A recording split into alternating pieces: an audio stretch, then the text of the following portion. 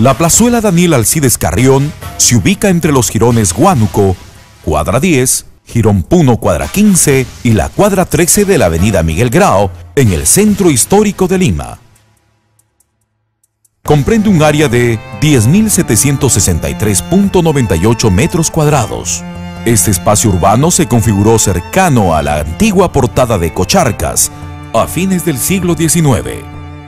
Luego de la construcción del Hospital 2 de Mayo, que fue edificado en 1875, estos dos lugares fueron testigos silenciosos del enfrentamiento entre las tropas de Cáceres y Nicolás de Piérola en 1895.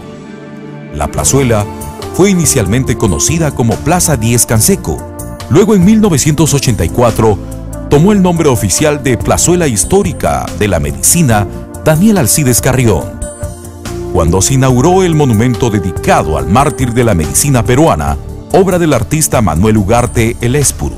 Este monumento fue ubicado en el centro de la plazuela, en lo que antes fue un pasaje que llegaba hasta la puerta principal del hospital. Actualmente ya no existe una conexión entre la plazuela y el hospital. La plazuela se encuentra en malas condiciones. Sus monumentos se encuentran deteriorados o han sido robados. No cuenta con una adecuada iluminación. Sus áreas verdes están en mal estado.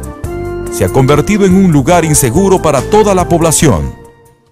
Por ello, la Municipalidad Metropolitana de Lima, a través de la empresa municipal inmobiliaria de Lima, Emilima, busca la recuperación de la plazuela Daniel Alcides Carrión.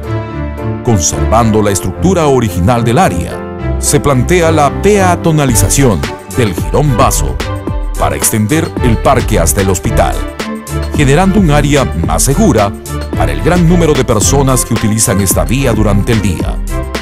Se proyecta un reordenamiento, recuperación y restauración del mobiliario, luminarias, etc.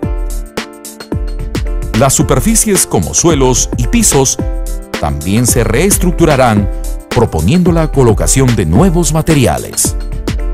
Se busca mejorar la calidad de vida de los vecinos de la zona y todos los usuarios de la plazuela, mejorar la seguridad y reducir el índice de delincuencia en la zona, mejorar el aspecto urbanístico, mejorar la transitabilidad de los peatones, además de mejorar las condiciones de los comerciantes que trabajan en la zona, para hacer de Lima una ciudad para todos.